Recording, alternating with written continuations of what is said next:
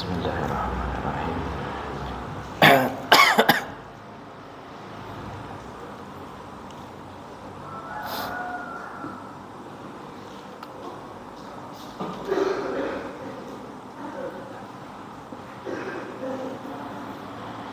Bismillahirrahmanirrahim. Assalamualaikum warahmatullahi wabarakatuh.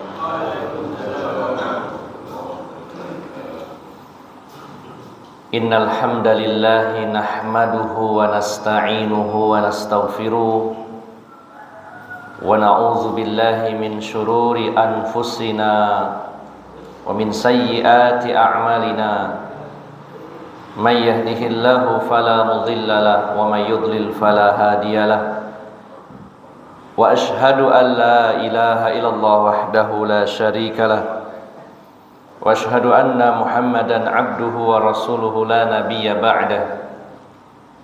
Allahumma salli wa sallim wa barik ala nabiyyina Muhammadin wa ala alihi wa sahbihi ajma'in. Wa qala Allah ta'ala fi kitabihil karim, ya ayyuhalladzina amanu taqullaha haqqa tuqatih wa la tamutunna illa wa antum muslimun. Wa qala Allah ta'ala aydan, ya ayyuhan nasu ittaqu rabbakumul ladzi khalaqakum min nafsin wahidah wa khalaqa minha zawjaha wa batha minhuma rijalan katsiran wa nisaa'a wattaqullaha alladzi tasaaluna bihi wal arham innallaha kana 'alaikum raqiba. Wa qala Allah ta'ala aydan, ya ayyuhalladzina amanu ittaqullaha wa qulu qawlan sadida yuslih lakum a'malakum wa yaghfir lakum dzunubakum wa may yuti'illaha wa rasulahu faqad faza fawzan 'azima. Amma ba'd. Para alim ulama, para ustadz, para sesepuh yang senantiasa saya hormati dan saya muliakan, bapak-bapak dan ibu-ibu jamaah Masjid Al-Ikhlas yang dirahmati Allah Subhanahu wa taala. Tidak bosan-bosannya dan tidak henti-hentinya kita selalu berusaha untuk menjadi hamba-hamba Allah yang selalu bersyukur kepadanya. Tentunya untuk bersyukur ketika kita mendapatkan kenikmatan dan kebaikan dari Allah itu lebih mudah daripada ketika kita bersyukur kepada Allah Subhanahu wa taala ketika mendapatkan musibah, ketika mendapatkan ujian dan kesulitan serta kesusahan. Padahal Rasulullah sallallahu alaihi wasallam beliau telah memberikan teladan kepada kita semuanya bahwa kondisi apapun beliau selalu bersyukur kepada Allah Subhanahu wa taala. Ketika mendapatkan kenikmatan, mendapatkan kebaikan, kesenangan, kemudahan, maka beliau mengucapkan pujian kepada Allah Subhanahu wa taala. Alhamdulillah bi ni'matihi tatimmus shalihah. Segala puji bagi Allah, dengan nikmat-nikmatnya semakin sempurna kebaikan-kebaikan. Maka kalimat ini bukan hanya diucapkan belaka oleh beliau, tapi betul-betul dibuktikan bahwa ketika mendapatkan kemudahan, kesenangan, kebahagiaan, itu semua menjadi faktor pendorong untuk berbuat yang lebih baik lagi. Ketika seseorang diberikan kesehatan oleh Allah Subhanahu wa taala, maka dengan kesehatan itu semakin sempurna ketaatannya kepada Allah Subhanahu wa taala. Ketika seseorang diberi amanah harta benda oleh Allah Subhanahu wa taala, maka dengan harta benda itu semakin sempurna ketaatannya kepada Allah Subhanahu wa taala. Ketika seseorang itu diberi umur panjang, maka dengan umur panjang itu semakin banyak dan semakin sempurna kebaikan-kebaikannya. Maka ucapan pujian beliau di saat mendapat kesenangan ini begitu dalam, mewarnai kehidupan beliau, dan semoga bisa kita teladani. Begitu pula ketika mendapatkan sesuatu yang tidak menyenangkan, mendapatkan musibah, ujian dari Allah Subhanahu wa taala, beliau mengucapkan alhamdulillahi ala kulli hal.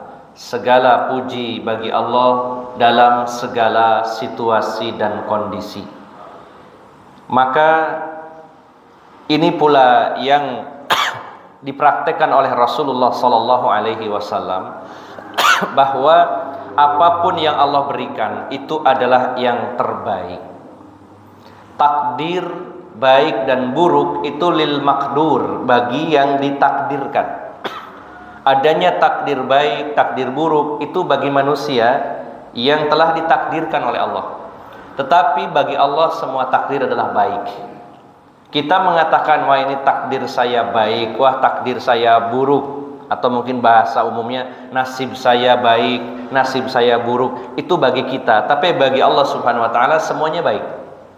Karena ketika kita sebagai manusia dengan segala keterbatasan ilmu, pengetahuan, ketika kita mengatakan ini nasib buruk, ini takdir buruk, karena boleh jadi kita tidak tahu apa rencana Allah Subhanahu wa taala. Ada kebaikan apa di balik keburukan dan musibah yang Allah berikan itu. Maka Bapak Ibu jamaah sekalian yang dimuliakan Allah Subhanahu wa taala, kita proses berusaha dan belajar bagaimana supaya menjadi hamba Allah yang selalu bersyukur. Apabila diberi nikmat kita bersyukur, maka itu mudah dan hal yang biasa dilakukan. Maka mari kita juga berusaha secara maksimal untuk bisa bersyukur di saat musibah datang kepada kita semuanya. Maka mudah-mudahan dengan rasa syukur ini kita diberikan kebahagiaan kehidupan, baik di dunia ini lebih-lebih di akhirat kelak. Amin. Bapak Ibu jamaah sekalian yang dimuliakan Allah Subhanahu wa taala, pada pagi hari ini kita melanjutkan kajian kitab Asyratus Sa'ah, tanda-tanda kiamat. Dan kita baru memulai pembahasan tentang tanda-tanda kecil kiamat. Pada pertemuan yang lalu kita sudah membahas tentang tanda kecil yang pertama, yaitu bi'tsatun Nabi sallallahu alaihi wasallam, diutusnya Rasulullah Muhammad sallallahu alaihi wasallam. Sebagaimana beliau bersabda, bu'ithtu ana wasa'ah kahataini, saat aku diutus pada hari ini dengan hari kiamat yang akan nanti terjadi, jaraknya seperti dua jari ini, sangat dekat sekali. Dan itu disampaikan oleh beliau 15 abad yang lalu. Maka hari ini di saat kita hidup, hari kiamat tentunya semakin dekat lagi. Masuk poin yang kedua dari tanda-tanda kecil kiamat, dan ini termasuk bagian dari tanda yang sudah terjadi dan selesai, sebagaimana tanda yang pertama sudah terjadi, sudah muncul dan sudah selesai. Tanda-tanda atau tanda kecil yang kedua dari kiamat itu adalah mautun Nabi sallallahu alaihi wasallam, yaitu wafatnya Rasulullah Muhammad sallallahu alaihi wasallam. Di dalam hadis yang diriwayatkan Imam Bukhari dari sahabat Auf bin Malik radhiyallahu anhu, beliau berkata, Rasulullah sallallahu alaihi wasallam bersabda, "U'dud sittan baina yaday sa'ah, fadzakara minha mauti." Hitung oleh kalian ada 6 tanda kiamat. Ini bukan sebuah pembatasan, tandanya cuma 6. Cuman Rasulullah menyebutkan sebagian dari tanda-tanda kiamat itu disebutkan ada 6. Nah ini berurutan nantinya dengan tanda-tanda berikutnya. Maka beliau mengatakan, hitung di antara 6 tanda kiamat adalah mauti, yaitu kematianku. Jika Allah sudah mewafatkan aku, kata Rasulullah, maka itu tandanya kiamat sudah dekat sekali. Kemudian Bapak Ibu jamaah sekalian yang dimuliakan Allah Subhanahu wa taala, kita betul-betul harus bisa merasakan bahwa kematian atau wafatnya Rasulullah sallallahu alaihi wasallam adalah sebuah musibah besar bagi kaum muslimin. Dan itu dirasakan betul oleh para sahabat Nabi sallallahu alaihi wasallam, di mana mereka hidup bersama Rasulullah sallallahu alaihi wasallam dengan penuh kebahagiaan, penuh keharmonisan, bersukacita. Mereka betul-betul memiliki seorang guru yang terbaik. Mereka betul-betul memiliki seorang pemimpin negara yang terbaik. Mereka betul-betul memiliki teladan yang terbaik. Mereka memiliki tempat curhat memiliki tempat curhat di mana mereka ini punya masalah-masalah setiap harinya. Maka begitu bahagia para sahabat hidup bersama Rasulullah sallallahu alaihi wasallam. Bahkan di antara para sahabat Nabi sallallahu alaihi wasallam itu betul-betul merindukan ketika mereka berpisah dengan Rasulullah sallallahu alaihi wasallam. Dan bahkan mereka itu secara fisiknya Rasulullah sangat senang melihat wajah Rasulullah sallallahu alaihi wasallam. Bagaimana para sahabat menggambarkan tentang fisiknya Rasulullah sallallahu alaihi wasallam. Mereka mengatakan ketika bulan purnama yang sempurna di Madinah di malam hari, lalu kami bertemu berpapasan dengan Rasulullah sallallahu alaihi wasallam, lalu kami melihat rembulan dan melihat wajah Rasulullah secara bergantian, maka sungguh demi Allah wajah Rasulullah sallallahu alaihi wasallam lebih indah dari bulan purnama yang sempurna itu. Dan ketika mereka bersalaman dengan Rasulullah sallallahu alaihi wasallam, mereka mengatakan, demi Allah, kulit tangan Rasulullah sallallahu alaihi wasallam lebih halus dari kain sutra. Begitu sempurna secara fisik, bahkan beliau adalah salah satu dari 3 laki-laki yang tertampan yang pernah Allah ciptakan, yaitu yang pertama Nabi Adam, yang kedua Nabi Nuh, dan yang ketiga adalah Rasulullah Muhammad sallallahu alaihi wasallam. Ketampanan wajah beliau, kewibawaan beliau ditambah lagi dengan akhlak beliau yang mulia. Rasulullah itu tidak pernah menghilangkan senyum di wajahnya ketika bertemu dengan para sahabat Nabi sallallahu alaihi wasallam. Selalu tersenyum. Dan Rasulullah sallallahu alaihi wasallam ketika berbicara kepada seseorang selalu menghadapkan wajah dan badannya secara sekaligus, bukan menoleh.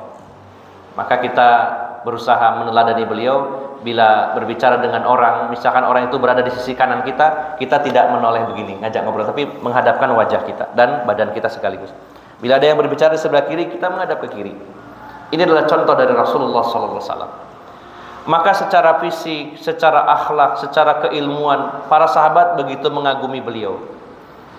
Maka musibah yang besar bagi kaum muslimin ketika kehilangan Rasulullah sallallahu alaihi wasallam. Kita bisa menggambarkan bagaimana yang dirasakan para sahabat waktu wafatnya Rasulullah sallallahu alaihi wasallam, sebagaimana apa yang dikatakan oleh sahabat Anas bin Malik radhiyallahu anhu. Anas bin Malik itu ketika usia 10 tahun sampai usia 20 tahun menjadi khadim Rasulullah sallallahu alaihi wasallam, menjadi pembantu rumah tangganya Rasulullah sallallahu alaihi wasallam. 10 tahun. Ketika Rasulullah datang ke Madinah, lalu warga Madinah yang muslim, banyak di antara mereka yang memberikan hadiah kepada Nabi Muhammad SAW sebagai rasa syukur bahagia kedatangan Nabi Rasulullah Muhammad SAW. Maka saat itu Ummu Sulaim datang kepada Rasulullah membawa seorang anak kecil yang berusia 10 tahun. Di mana sebelum berangkat Ummu Sulaim berkata kepada putranya, "Wahai Anas bin Malik, kita akan bertemu dengan Rasulullah sallallahu alaihi wasallam."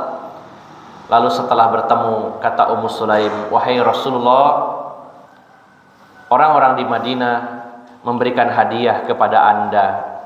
Namun saya tidak punya hadiah kecuali anak saya ini, Anas bin Malik, yang aku berikan kepada engkau dan kau jadikan sebagai pembantu di rumah tangga engkau." Maka Rasulullah bertanya kepada Anas bin Malik, "Wahai Anas bin Malik, apakah engkau bersedia tinggal bersamaku?" Maka dengan wajah yang sumringah, dengan wajah yang begitu bahagia, Anas mengatakan, "Saya siap dan saya mau, wahai Rasulullah sallallahu alaihi wasallam." Maka selama 10 tahun beliau mengabdi di rumah Rasulullah sallallahu alaihi wasallam dan beliau secara detail tahu tentang akhlak Rasulullah sallallahu alaihi wasallam. Beliau pernah mengatakan bahwa demi Allah, saya bersama Rasulullah itu 10 tahun lamanya, siang dan malam. Dan saya tidak pernah sekalipun dibentak oleh Rasulullah sallallahu alaihi wasallam 10 tahun, padahal pembantu. Beliau tidak pernah menyalahkan apa yang saya lakukan. Pernah suatu ketika saya disuruh untuk belanja ke pasar. Karena saya masih kecil, berangkatlah saya ke pasar. Di tengah jalan saya bertemu dengan anak-anak yang sebaya sedang bermain. Lalu aku mampir ikut bermain, namanya juga anak kecil, masih usia 10 tahun. Maka Rasulullah menunggu lama, ini disuruh beli ke warung, kok lama sekali, Anas ini kemana?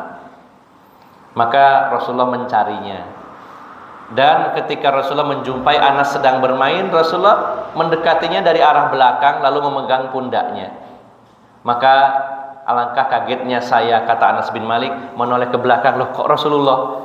Ya, dengan rasa malu aku melihat wajah Rasulullah sallallahu alaihi wasallam. Dan Rasulullah tidak marah sama sekali. Ya, hanya menanyakan, mana pesanan saya wahai Anas? Maka Anas bergegas pergi untuk membeli apa yang diperintahkan oleh Rasulullah sallallahu alaihi wasallam. Begitu melekat pribadi Rasulullah dalam diri Anas bin Malik, banyak contoh beliau serap, banyak ilmu beliau dapatkan. Maka Anas bin Malik menggambarkan situasi saat Rasulullah SAW wafat. Beliau berkata, lama kana yaumul ladzi dakhala fihi Rasulullah sallallahu alaihi wasallam al-Madinah. Di hari kedatangan Rasulullah sallallahu alaihi wasallam, maka segala sesuatu begitu bercahaya, kata Anas bin Malik. Karena kami begitu bahagia melihat segala sesuatu bercahaya. Namun kata beliau, falamma kana yaumul ladzi mata fihi adlama minha kulla syai'. Namun ketika hari di mana wafatnya Rasulullah sallallahu alaihi wasallam, gelap segala sesuatu yang dilihat oleh para sahabat waktu itu.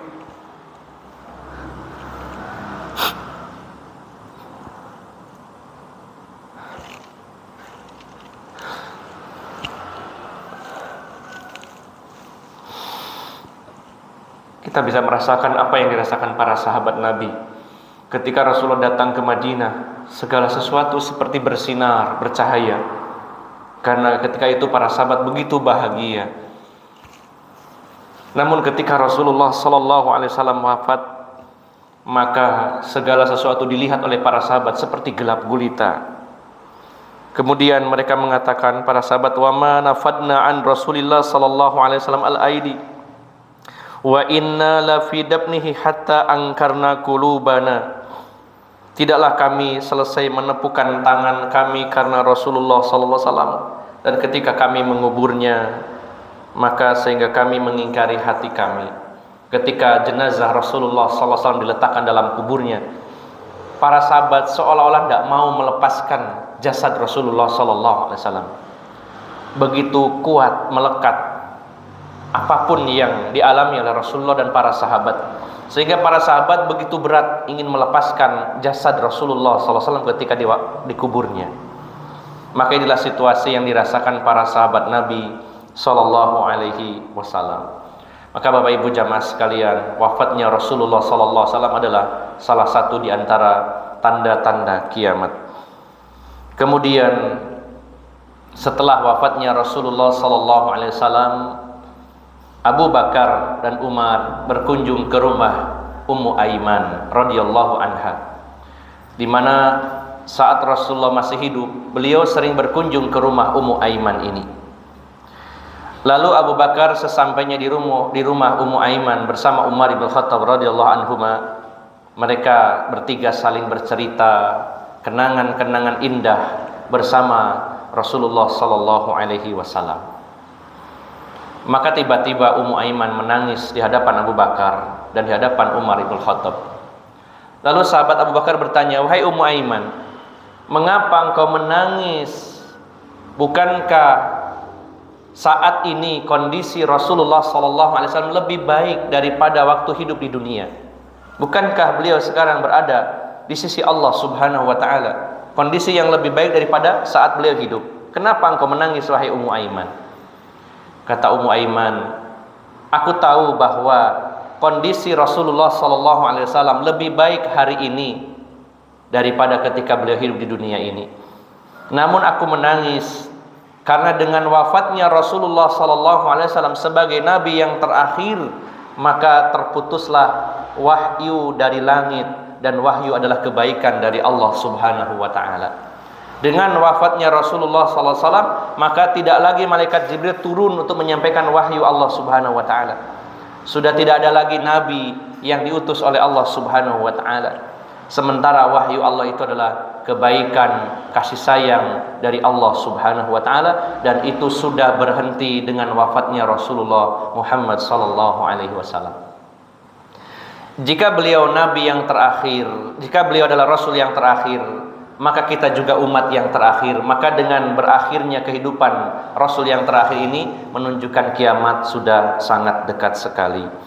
Bapak Ibu jamaah sekalian yang dimuliakan Allah Subhanahu wa ta'ala, maka kita akan mengingat-ingat bahwa Rasulullah sallallahu alaihi wasallam itu wafat pada tanggal 12 Rabiul Awal.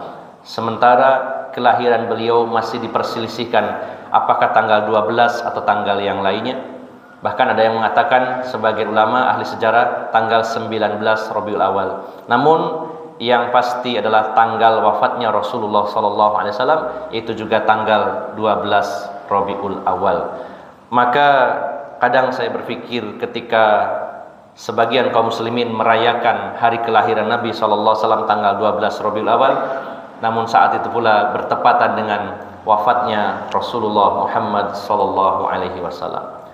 Maka kita berharap meminta kepada Allah Subhanahu wa ta'ala, kita umatnya yang hidup jauh setelah zamannya Rasulullah SAW, dan kita beriman kepadanya, kita sangat memohon dan meminta kepada Allah semoga kita mendapatkan syafaat Rasulullah SAW, dan semoga kita bisa berdekat dan memandang wajah Rasulullah Muhammad SAW kelak di dalam surganya Allah Subhanahu wa ta'ala. Demikian Bapak Ibu jamaah sekalian, satu di antara tanda-tanda kecil kiamat. Yang poin kedua yaitu mautun Nabi sallallahu alaihi wasallam, wafatnya Rasulullah Muhammad sallallahu alaihi wasallam. Semoga bermanfaat dan mohon maaf atas segala kekurangan. Billahi taufiq wal hidayah. Assalamualaikum warahmatullahi wabarakatuh.